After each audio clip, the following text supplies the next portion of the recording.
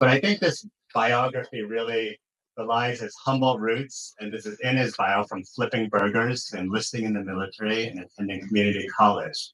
He's a host of the Undiplomatic podcast and more recently Bang Bang, a podcast that discusses war movies. And again, I'm proud to say that many years ago, he was sitting in a classroom with me as a PhD student. He was moonlighting as a student while he was at the DoD, but now he's very far away in Wellington. But it's amazing that we can still stay connected virtually. So we're really excited to have you here, Dr. Jackson. I don't know if I You should can call refer me to you as whatever you Van. want. Okay, well, we'll go by Van and make this more. Students will still have to call you Professor Jackson or Dr. Jackson, but I'll refer to you as Van. But let me just jump right into these questions because I know you have a lot on your plate over there in Wellington. But your career in national security and foreign policy, it began with the military, with the Air Force, and and then you moved on to defense consulting, contracting. I remember, I think when you first joined CUA, you may have been working for Booz Allen, and then the government, and then think tanks, and the academic world, and all those think tanks.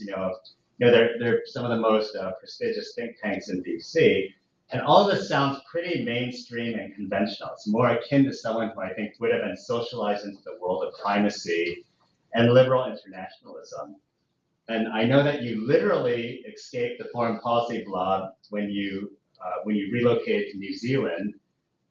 But because of this background that you had years in DC in the foreign policy, national security apparatus, I'm really curious to know when you began questioning or shifting away from foreign policy orthodoxy and towards this move towards progressivism. Was there an aha moment that hit you, or was this a gradual progression? Was this something that you always maybe held, just coming with more of working class roots? So can you explain a little bit this shift, which seems surprising when one reads your biography and one reads your writing these days? I should say too, like, there's a version of this story where I could foreground a lot my experience, my intellectual formation at Catholic University, like developing the tools of social science reasoning and the ability to think critically did play a role in all this. But I usually leave that part out when I'm explaining everything. So I've kind of always been bothered by the fact that the world of national security and foreign policy is just totally alien to everyone I grew up with, and like I would go home on leave and I would try to have conversations with people about foreign policy.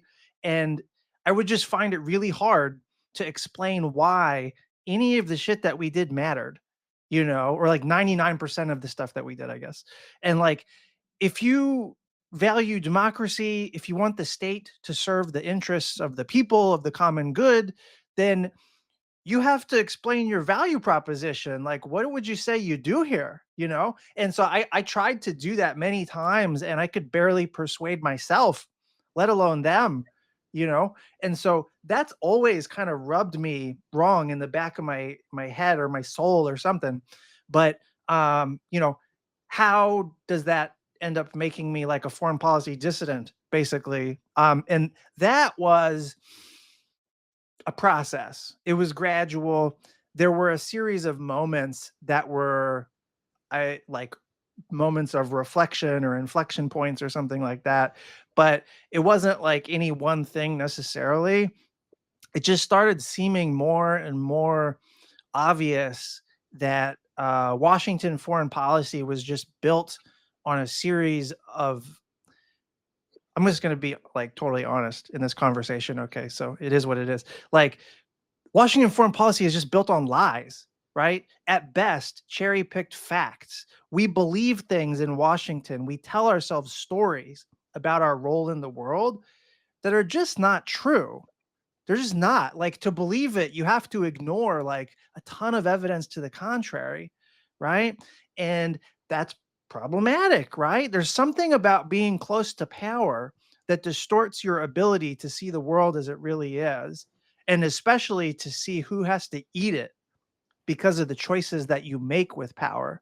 And when you're blind to the costs that others absorb because of what you do with your power, that comes back to you, right? There's many metaphors and concepts to explain that, the boomerang effect and all of that, but like blowback. But the idea that like you have a blind spot in terms of like who you make sacrifice on your behalf is the beginning of your end. That's how you demise, that's how empires die, right? And so by 2016, it was clear to me that US foreign policy was not making the world better, and it wasn't benefiting most Americans. And yet everyone in Washington was telling me the opposite.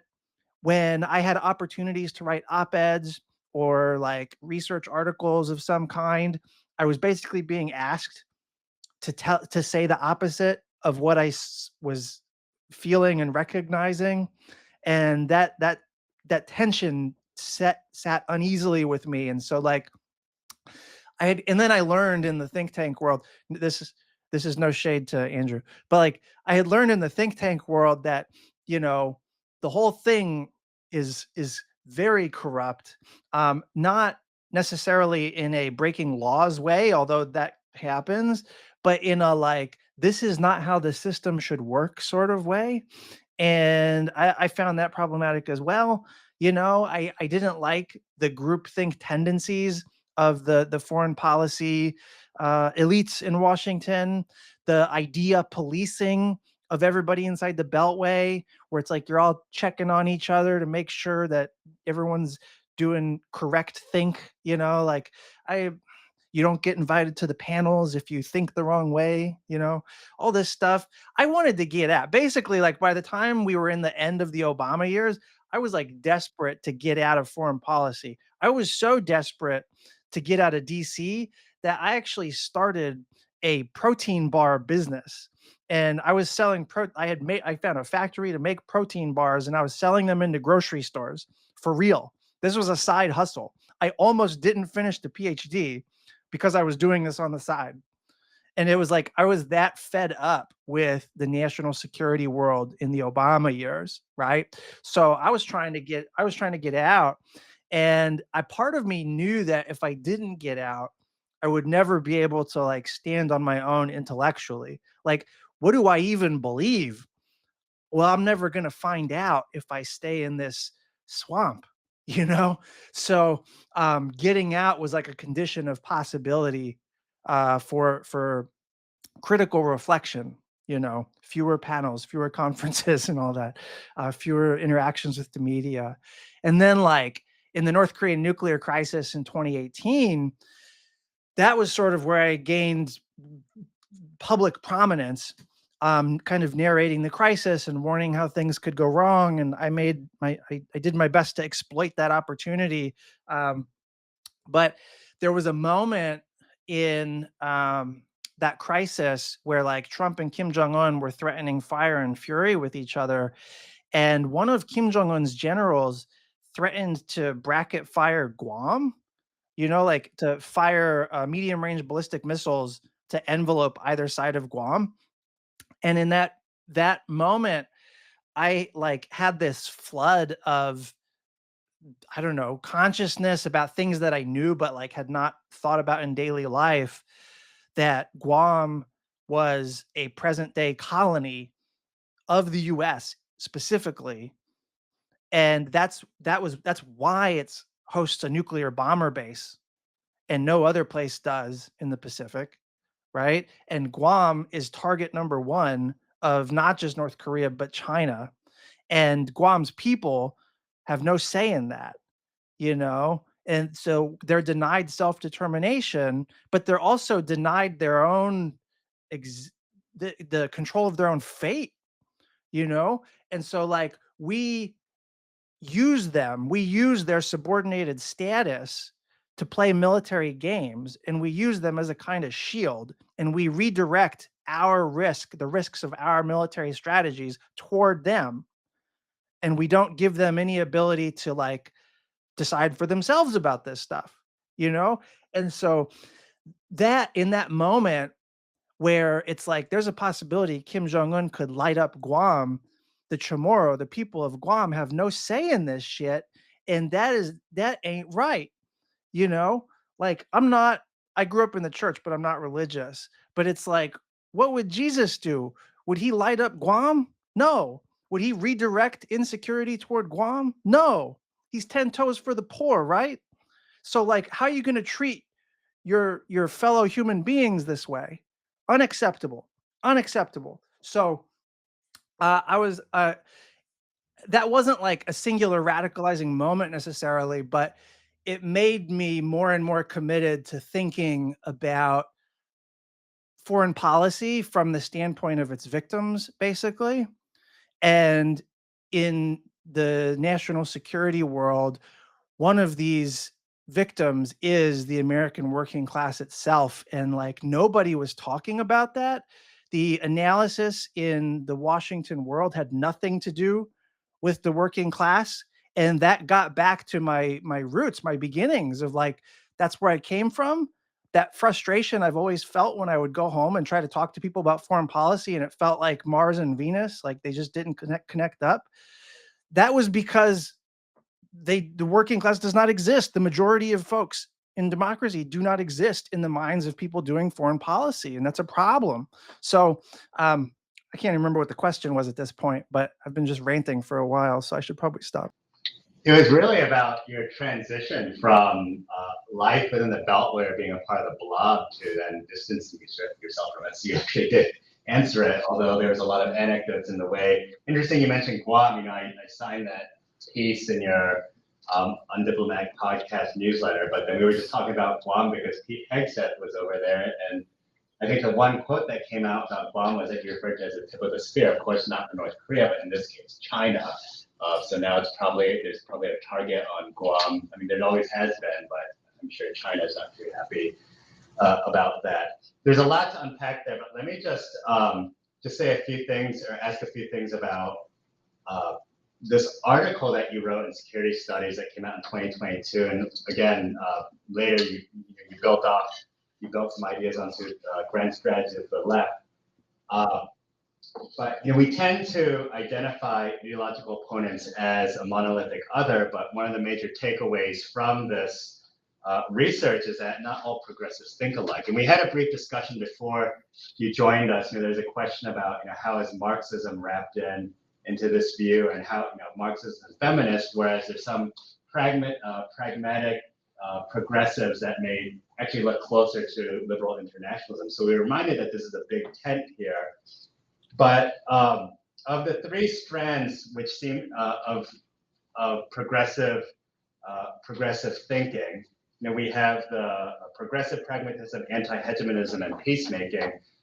Which one do you think has made the most inroads in the Beltway? Because remember, you said you were called. You had this disconnect between mainstream thinking, what Washington think tanks were promoting, and what was actually happening on the ground.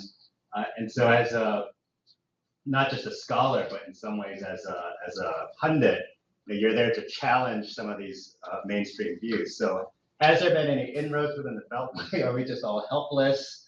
I'm wearing my CUA hat, so feel free to rip on Brookings as well. But is there a strand that you think resonates more with the Beltway? And just from yourself personally, are you inclined to one particular form of progressivism over another? I know these are ideal types, so it may be a weird question to ask, but. Yeah, so the first thing I was going to say actually was that last point you made, which is that like because these are analytical categories, they don't necessarily function as ideological camps, So like it's quite common that if you identify with progressive foreign policy, your preferences, if you go down the list of policy issues, is probably like a hybrid of these things or a mix of these different categories, So I guess that's the first thing I would say. In terms of like inroads, there's a way in which you could say Washington's foreign policy is sort of constant for decades or a generation, like it's been primacist. And people like Patrick Porter have argued that the US has pursued basically a primacy grand strategy. And this goes back to at least the 80s, maybe to the 1940s, depending on how you date it or define it. But that primacy grand strategy has within it all kinds of variation that's possible. So a lot of the variation that we see across time or across presidencies, it's still primacy. It's still foremost concerned about threats from great powers. It still presumes that security is achieved through an imbalance of power, a favorable imbalance of power. It still views that imbalance of power as both an end and means of US policy. And that's a constant. And that's Biden as well. So the people that were in the Biden administration, like some of these, a lot of these people were my former friends. And there was a version of this, but the Biden years where I was part of the Biden administration too, right? And the one of the things that I saw from them was that, like, they were part of a conversation in the first Trump years with me. We were all part of a conversation that included people more than us trying to make sense of a progressive foreign policy, trying to kind of define it and lay out what it was supposed to be. So a lot of these people who were part of the progressive foreign policy conversation during Trump 1.0, they went into the Biden administration and were implementing their best version of little bits and pieces of it. What does that most closely resemble? You could say progressive pragmatism, but the thing is, progressive pragmatism is a repudiation of primacy. It's like recognizing that this whole favorable imbalance of power stuff is a way of relating to the world that causes more insecurity for us and for everyone else. And so they were not doing progressive pragmatism. They were taking little bits and pieces of progressive pragmatism and then like incorporating it into just primacy, the normal liberal internationalism stuff. So you can say that there's like elements of progressive pragmatism, kind of like, like a neo-Keynesian economic statecraft and sanctions and tariffs and that kind of thing that went into the Biden administration, but they were still doing primacy, and that's part of my diagnosis of like Sino-US rivalry in my latest book. And then what was the other question? Do any of these things reflect me? I mean, I'm like a hybrid of all these things, I suppose. Yeah, just a quick follow-up.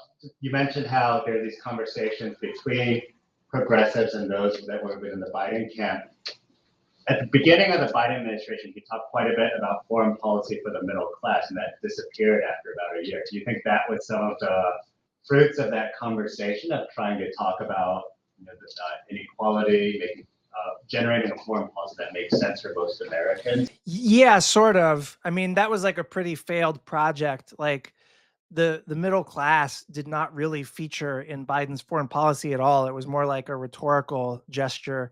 But that came initially from Jake Sullivan when he was working at the Carnegie Endowment. And it was all about like trying to triangulate across a couple different things. One is that you had to have an affirmative agenda for foreign policy that differentiated the Democrats from Trump, right? So you had to have that. You had to have something, a foreign policy that could be compatible with the Democratic Party's emerging politics in that moment, which were not really, it wasn't so much about the middle class, it was about anti Chinaism. And so, like, the way that you could move things on Capitol Hill policy is by attaching it to like the China boogeyman. And so there was a way of using the China threat in foreign policy to claim that you're using foreign policy to satisfy domestic politics. And so the China shock, quote unquote, in the American heartland, where manufacturing jobs went to China, like there was a kind of cynical or opportunistic move to use that as part of kind of like blame shifting our economic situation to China. And that was further validation of this framework of great power competition. So like the foreign policy for the middle class is like, we're going to say that our foreign policy responds to this problem that we blame on China, and it's also differentiating us from Trump at the same time, and it's serving the Democratic Party. So like that's the sort of triangulation logic that leads Jake Sullivan to articulating a foreign policy for the middle class. Well, I actually think that there has been some, I guess, shift in foreign policy thinking within the Beltway, in part because of the growth of the restraint camp. Last week we talked about foreign policy restraint. We talked about how they sometimes make strange bedfellows with realists or libertarians. But in terms of progressivism, how much overlap do you see between progressivism and then the restraint camp? Of course, there are different shades of restrainers, but some restrainers, of course, also think that we need to pull back on military interventionism, that we need to scale back on the size of our force presence. But do you see any strong linkages or overlap between these two strands, especially as we see restrainers getting more voice? I think in the last decade, those voices have grown, even if they're not. Yeah, I really wish the restraint, movement or whatever you want to call it existed when I was like working in DC. That is a feature of the landscape in Washington that is just fundamentally different, and in a way that is like kind of promising, there is a I'm sorry, did you say something? Did you Yeah. leave before the Quincy Institute was formed? Or? Yeah, so as basically as soon as I got my PhD in like May 2014, I was out. So like, I left government. I went to work at CNAS. I was there for a year. I figured out the fundraising thing, like how you do it, and then I immediately went to Honolulu to a defense think tank that was in Honolulu, and that's where I was kind of like in limbo, figuring out whether or not I was going to go into academia. But so like by the time Trump won, I wasn't even physically in DC anymore. I was in the DC orbit, but I was physically in Honolulu.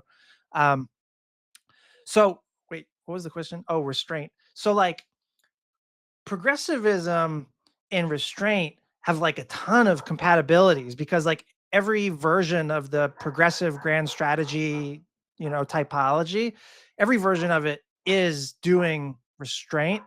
Um, where there's the most commonality is on defense policy and like force posture and that kind of thing, largely because like everyone who's a restrainer, there's a tendency for everyone to embrace like a view or like almost a philosophical presumption that like using force tends to create antibodies in the world system or whatever. Like we end up generating sources of our own insecurity by like imprudently using force, and because of that, there's also a tendency to think like, well, maybe if we dialed back on the use of force, we would be able to help stabilize the world system, So because of that, we end up finding a lot of common cause in areas to constrain or restrain American military power, where there's like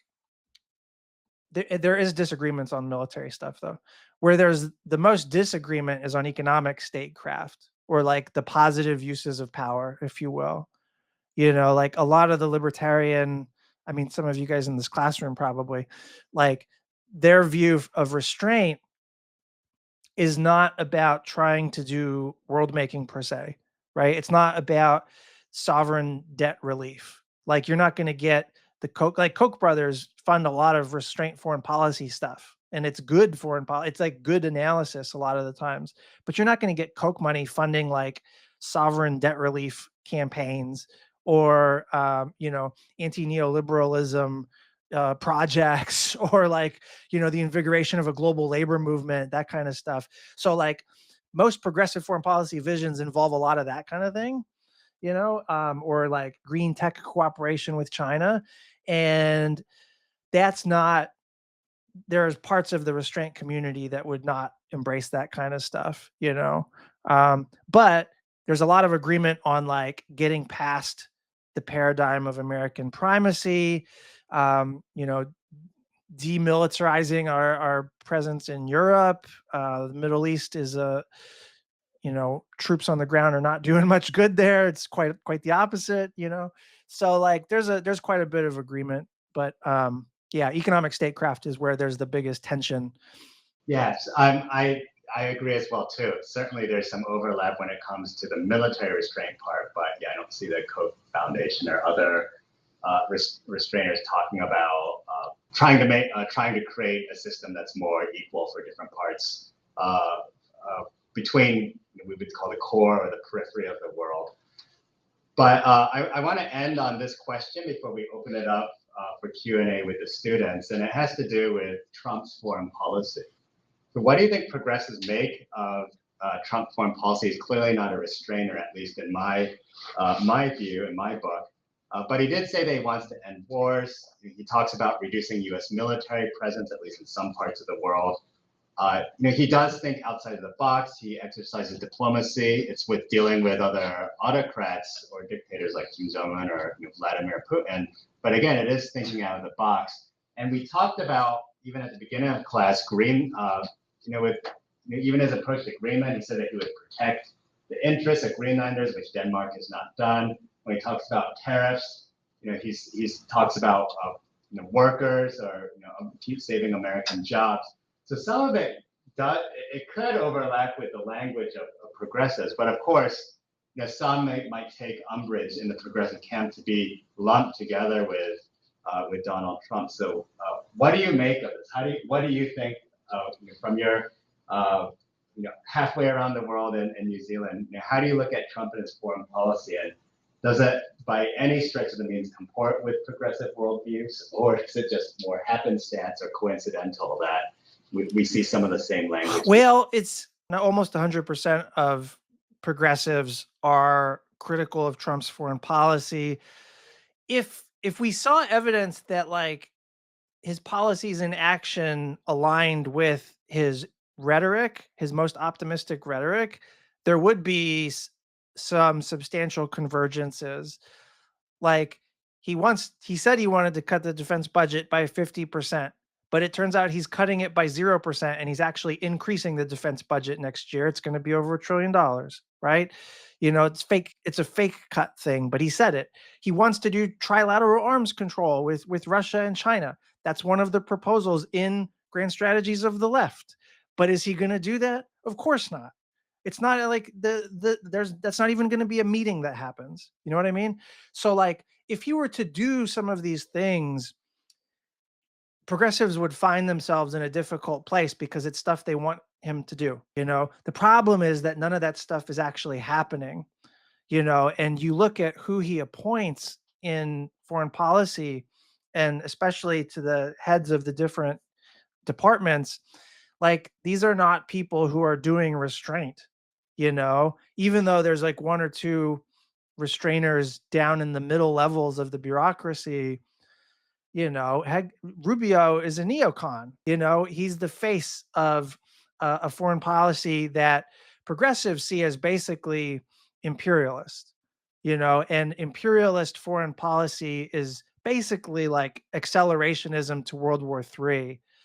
And that's like, I think ultimately separate from rhetoric versus reality of Trump's foreign policy. What is the structural tendency? What is the trend? And it's really toward this sort of civilizational confrontation with the rest of the world. Like, yeah, it alienates allies, and the allies are looking for alternative sources of security and all of that. But the notion of like a world of just civilizational blocks or of nation states that are arming up, that's a world of World War III. It's the fact that we're just like barreling toward World War III as the analysis of like a progressive analysis of what Trump represents in world politics. And it wouldn't so much be that way if the rhetoric and the reality were more closely aligned. So like mostly critical, Yeah, I mean, I also think too that, as I mentioned, that it's more sort of happenstance that that you see some of his words or his narratives sounding like progressivism, but when you look at the totality of other statements that are made, it's pretty hard to get a read. Actually, one quick question. Is there anything you actually miss about the Beltway or DC, having spent some time here? I know you're from the West Coast, so that could also be. I just turn the floor over to students. I know that you don't have a ton of time, but maybe you could take, if it's okay to take 2 or 3 questions before we let you go. As you can see, Professor Jackson speaks very plainly, so in the same way, you should not feel afraid to ask any questions, even if it's a critique of progressivism or his views, but just to have a conversation, a dialogue. I do want to turn the floor over and give you a chance to ask questions. Yeah, Gabe? Yeah, so in the article that we read for the class, when discussing like the foundations of progressive foreign policy, you talked about how progressives often see state-to-state action in foreign policy as kind of the like kind of misnomer that goes on in orthodox foreign policy, where normal people, especially in normal people for foreign policy, would see the state-to-state action as like the fundamental thing that's working, where we're talking about state leaders and elites, or progressives would see it merely as elites and elites working together and not acknowledging the people in the country. So I guess I've lost the question that I was going to ask and all of that. Was it about, well, I know you mentioned that you disagreed with the framework. Yeah, I disagreed with that, but like what is the state then in a progressive view of foreign policy? What is the state apparatus? What does it do? And like so then what is that? How does it relate to what it doesn't do?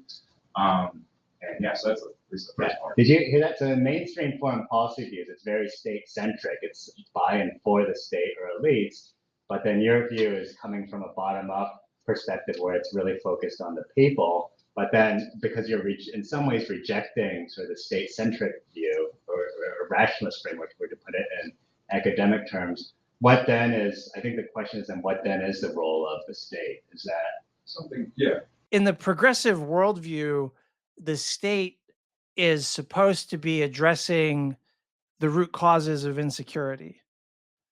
And the normal things that the state obsesses about, you know, China gray zone stuff, maritime militia, whatever, basing or killing a terrorist or something like that.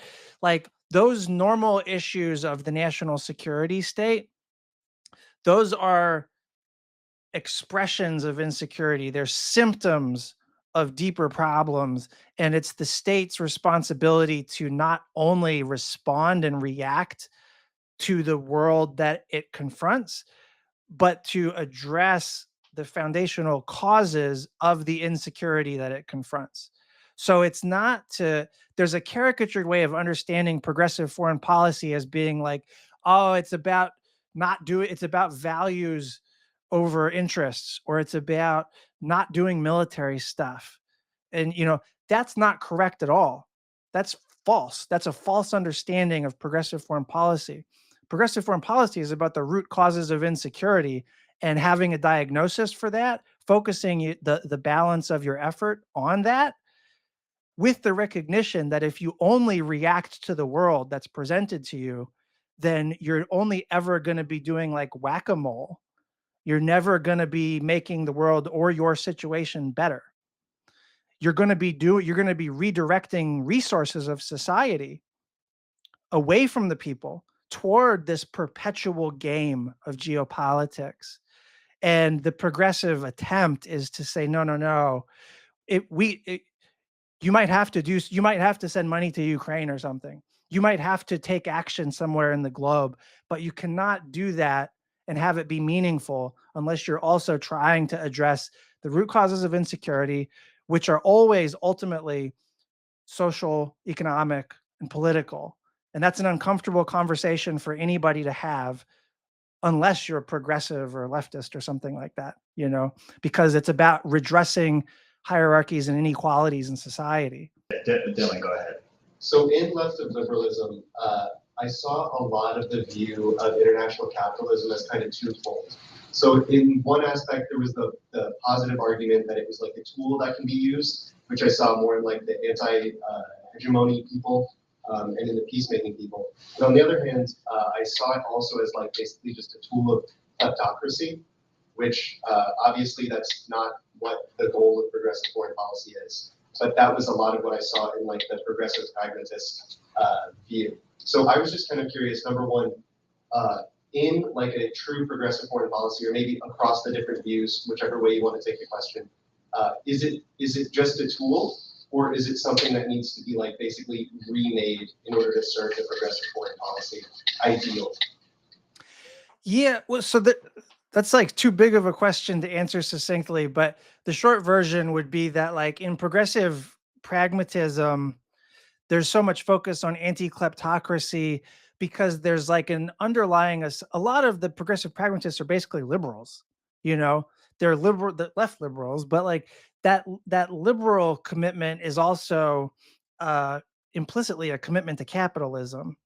And so the focus on kleptocrats is a presumption that like if only we can whack down these kleptocrats, then capitalism can do its thing. And if capitalism's doing its thing, then like presumably that's good or good for most of us, you know? And like that's not a view that's widely shared on the left for sure, but it's also not a view necessarily that even like other progressives would have. All right, thanks. Bridget, and apologies for the camera. It was Yeah, that was a bit weird. it had a mind of its own. Like I tried to tilt it to it's even now just spinning without me touching it. But maybe it's on some sort of sensor now. But go ahead, Bridget.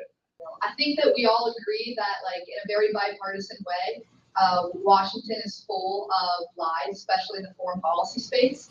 So I just wanted to ask your thoughts on DOGE, especially specifically in DOD, or just like a broader aspect of when it comes to dealing with the bureaucracy in Washington. So she was saying, Bridget's saying that there's at least some agreement that Washington's filled with lies. You even hear that from the conservatives well too. So she was asking what your views are about Doge and what Doge is doing right now. I mean, frankly, it looks like they're just breaking a bunch of laws, like, and then daring people to sue them. I mean, that's seems to be most of what they're doing. But it's with I wouldn't have a like there was at the beginning of the Trump administration, I knew some like progressive defense policy types who are not who didn't work in the Biden administration, for example, and they were trying to like earnestly work with Doge on strategically bridling the national security state. Like, okay, let's Doge the Pentagon. Let's do it. Right. And here's how to do it in a way that's not willy nilly. Here's a way to do it that's actually strategic, that kind of like maximizes or optimizes American power while reducing spending and force posture and stuff. And so that was actually like a thing that was tried. They got totally rebuffed. Like Doge didn't want anything to do with them or anything to do with anybody who knew things about the national security state, you know? And so if there was to be a doging of the Pentagon, if we can turn it into a verb, like that would be possibly promising because the Pentagon has proven itself immune to serious cuts, serious divestment, serious restraint. Um, but it doesn't look like that's happening. It looks like what's getting doged is like all the social functions of government or all the regulatory functions of government.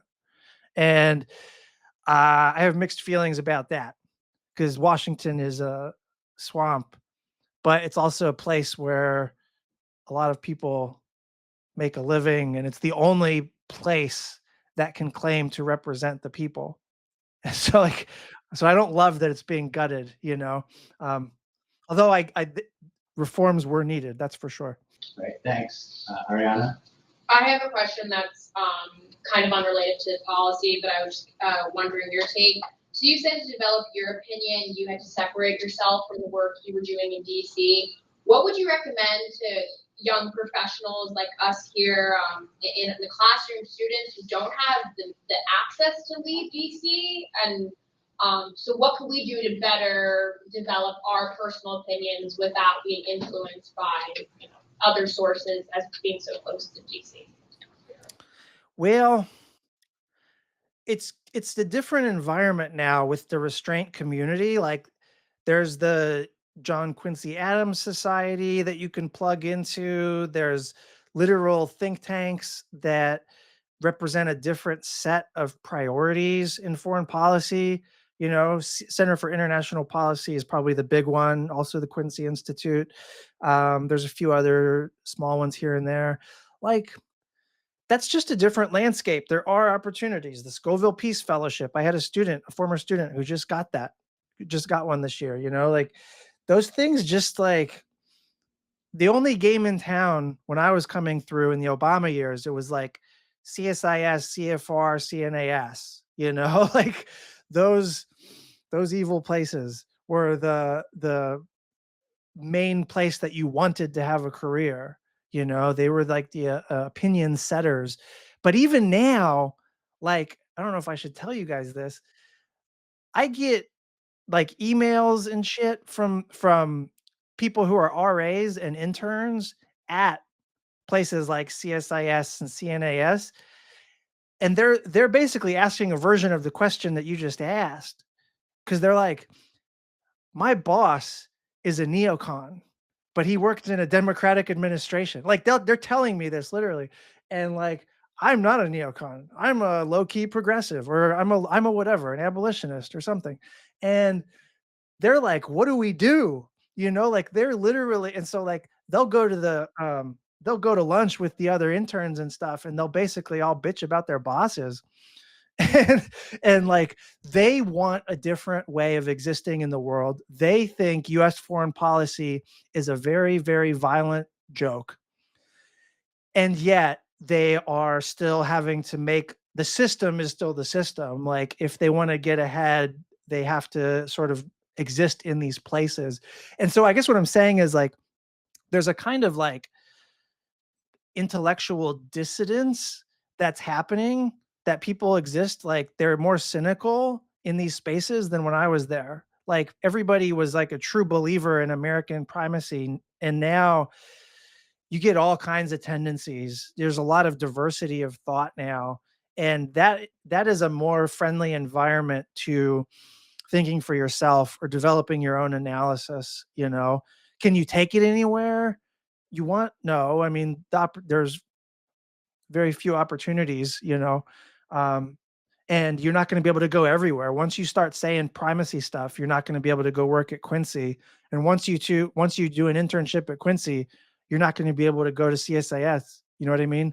So your choices start to develop a kind of path dependence very early.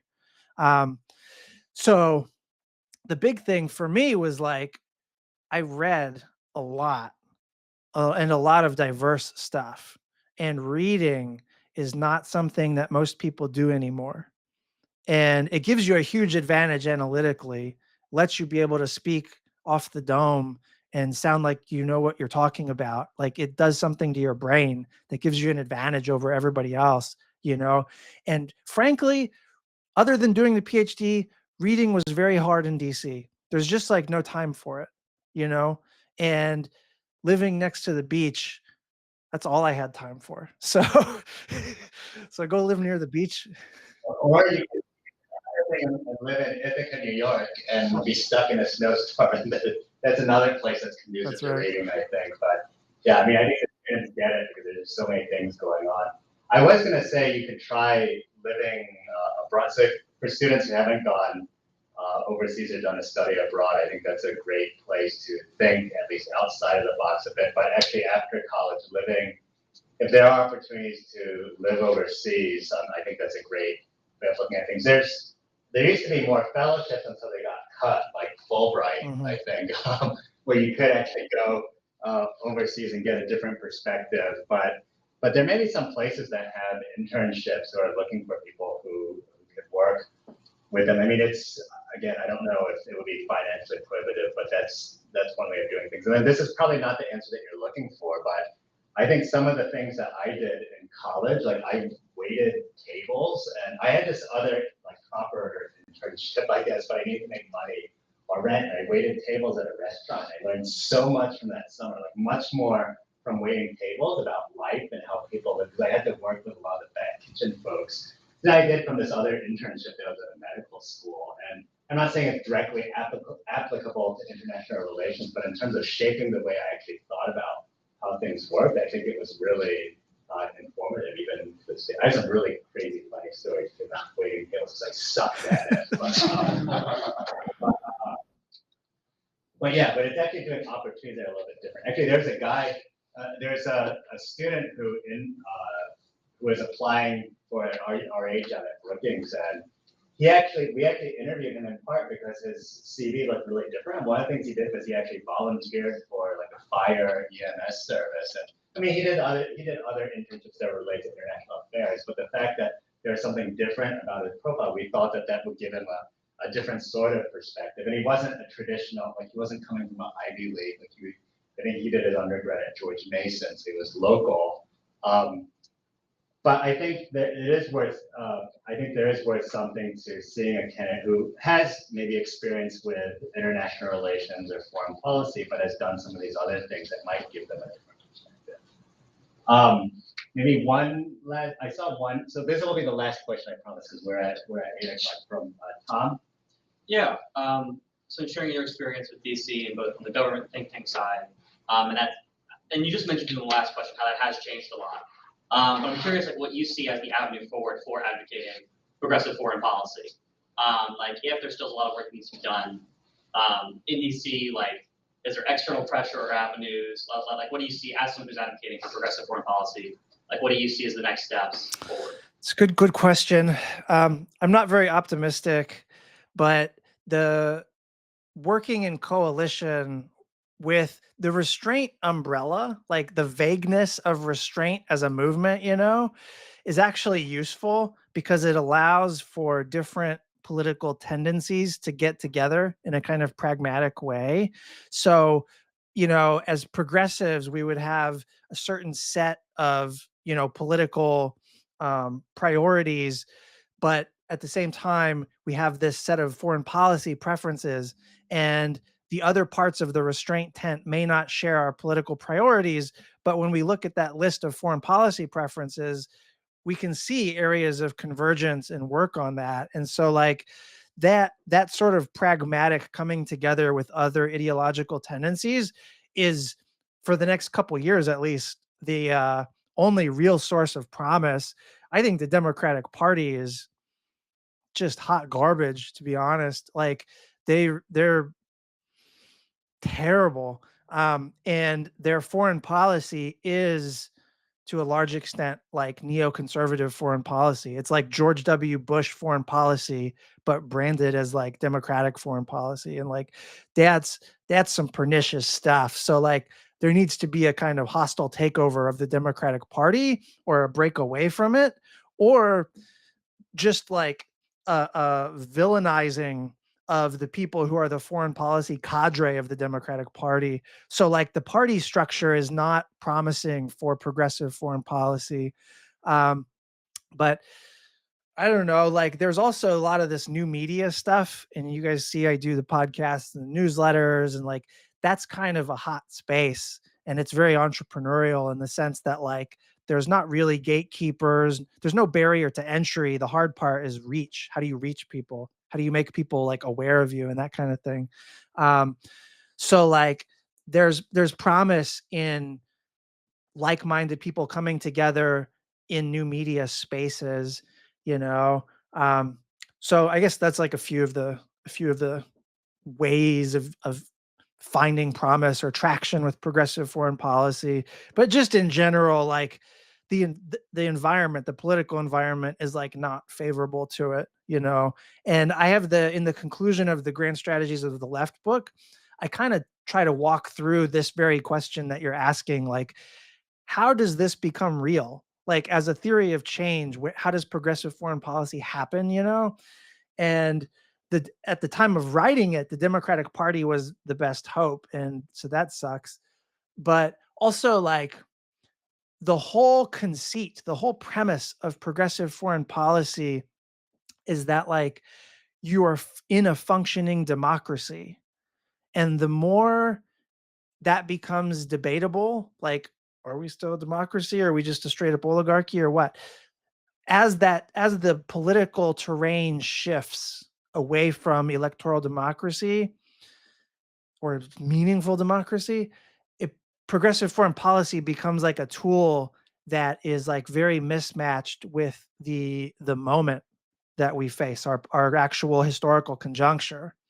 So the mode of doing strategy and the mode of interacting with the world has to match the moment of like what's going on and what are power structures and how does power work, you know? So like there's a way in which I'm worried that progressive foreign policy was a set of advice for a world that doesn't exist anymore. And the world that exists now requires something even more radical than depending on state policy, you know? But that's a bigger conversation. Yeah, definitely. Even just in the few years since you've written Left of Liberalism and also Grand Strategy of the Left, I think we are in a different place politically and geopolitically. But Ben, I won't keep you any further. I don't know if you had to skip your lunchtime for this, but thank you so much again for joining us. And again, always appreciate you making time for students. I know how busy you are. So let's give Dr. Jackson.